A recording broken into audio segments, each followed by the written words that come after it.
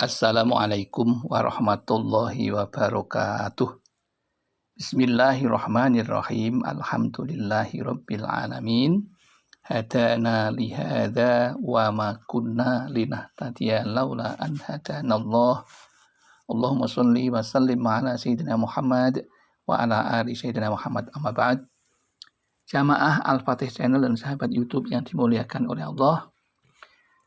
Pertama, mari kita awali pertemuan kita dengan ungkapan rasa syukur atas nikmat-nikmatnya dengan mengucapkan Alhamdulillahirabbil alamin. Sholawat dan salam semoga tercurah ke hadirat baginda Rasulullah, Nabi yang kita cintai dan kita ikuti sunnah-sunnahnya. Selanjutnya izinkan kami untuk berbagi kepada saudara-saudaraku tentang informasi yang sangat baik untuk kita dengarkan dari Imam Al-Ghazali. Adapun judulnya, Petuah Imam Al-Ghazali. 6 kebiasaan ini dilarang Allah, bikin orang susah kaya, dan sumber berbagai penyakit. Apa yang dilarang oleh Allah, pasti ada hikmah di balik itu, agar manusia selamat.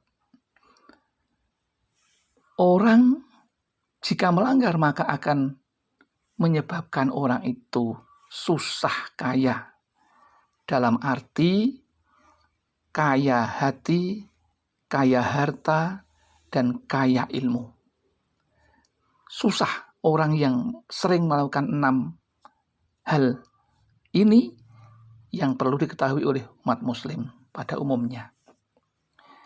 Lantas apakah yang perlu kita pahami sebagai seorang muslim agar kita tidak melanggar atau tidak melakukan 6 kebiasaan yang dilarang oleh Allah dan bikin banyak dosa, bikin susah kaya, dan menjadi biang kerok timbulnya berbagai macam penyakit di tubuh kita.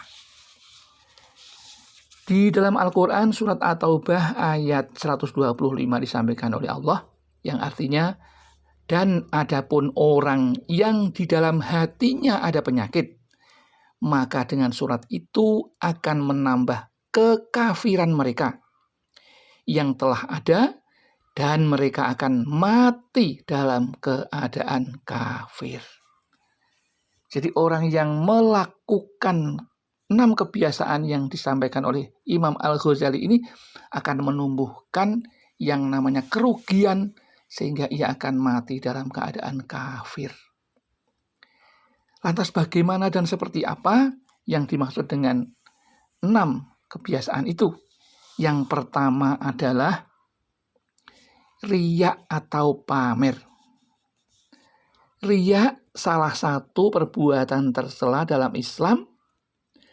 Orang yang melakukan riya umumnya melakukan amal soleh, tetapi bukan karena Allah Subhanahu wa Ta'ala.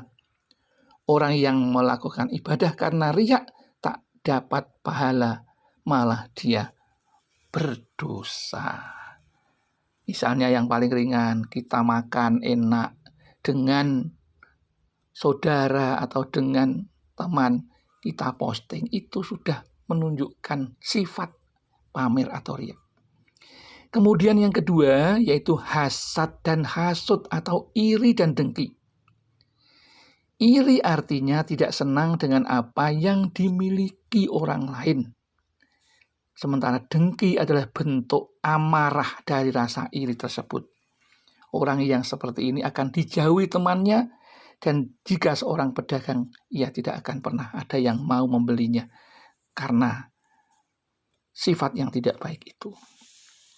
Kemudian sifat yang ketiga, kebiasaan yang ketiga, yaitu sombong atau takabur, yaitu perasaan yang menilai diri sendiri lebih tinggi dibanding orang lain. Perilaku sombong muncul ketika seseorang punya harta, jabatan, dan kedudukan atau kepandaian tertentu, maka orang akan tumbuh menjadi orang yang sombong jika tidak berpegang pada tali Allah. Kemudian yang keempat kebiasaan yang dilarang Allah, yaitu ujub atau membanggakan diri. Nah, inilah aku sudah bisa haji misalnya, sementara kamu yang kaya belum bisa. Itu sudah bentuk ujub yang membanggakan ibadahnya. Kemudian yang kelima yaitu ghadab atau pemarah. Sifat seseorang yang sulit mengontrol emosi sehingga nalarnya tidak berfungsi dengan baik. Dibenci Allah dan semua manusia. Orang tidak suka dengan orang yang marah. Dia akan menjadi orang pebisnis yang dijauhi oleh pembeli. Kalau dia seorang pimpinan akan dijauhi anak buahnya dan tidak akan bisa lama menjabat jabatan tertentu karena sifat amarah. Kemudian yang terakhir, kebiasaan yang dilarang Allah dan akan membuat orang susah kaya, yaitu ghibah atau bergunjing. Minimal ini membicarakan kejelekan orang lain, akan mengurangi, mengikis. Ibarat kayu yang dibakar oleh api. Semuanya kebaikan kita akan hilang kalau kita ghibah kepada orang lain.